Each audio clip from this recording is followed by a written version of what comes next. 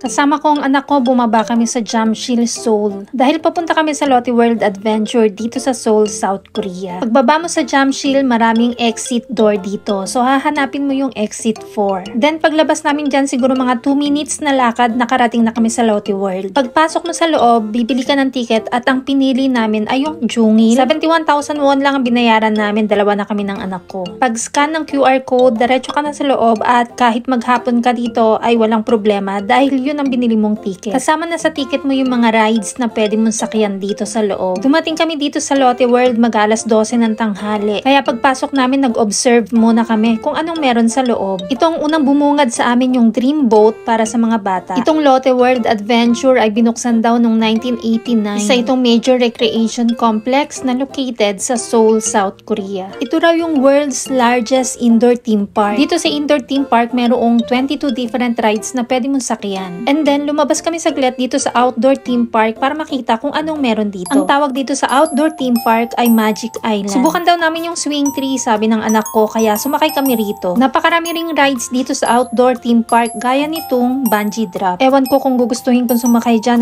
pero napakahaba ng pila ng mga taong gustong sumakay dito. Medyo malakas ang loob mo at mahina sa'yo yan, pwede ka dito sa gyro drop. Mas intense ito, Bes, sa video pa lang. Paano pa kung nakasakay ka na dyan? Dito sa outdoor theme park, merong 17 different rides. So, iba pa yung nasa indoor, kaya napakarami mong pwedeng pagpilian. Ang problema lang, napakaraming taong nakapila. Depende kung saang rides ka sasakay. Yung ibang rides, sobrang haba. Aabutin ka ng 1 oras mahigit sa kahintay sa pila malamang. Maya-maya, meron kaming naabutang parade. Medyo mahaba rin yung parade nila, kaya maaaliw ka sa katitingin sa mga costumes nila kasi talagang pinaghandaan nila ng sobra at talagang ang gaganda. Hindi ko masyadong natandaan yung oras, kung anong oras na nito, pero sa tingin ko mga alas 2 ito ng hapon. Kasi medyo nakakaramdam na ako ng gutom dito at nag-iisip na kaming kumain ng pananghalian. Pero sa sobrang dami nga ng tao, pati mga restaurants ay kailangan pumila ka muna. May mga snacks and restaurants na nga pala dito sa loob, kaya hindi mo na kailangang lumabas.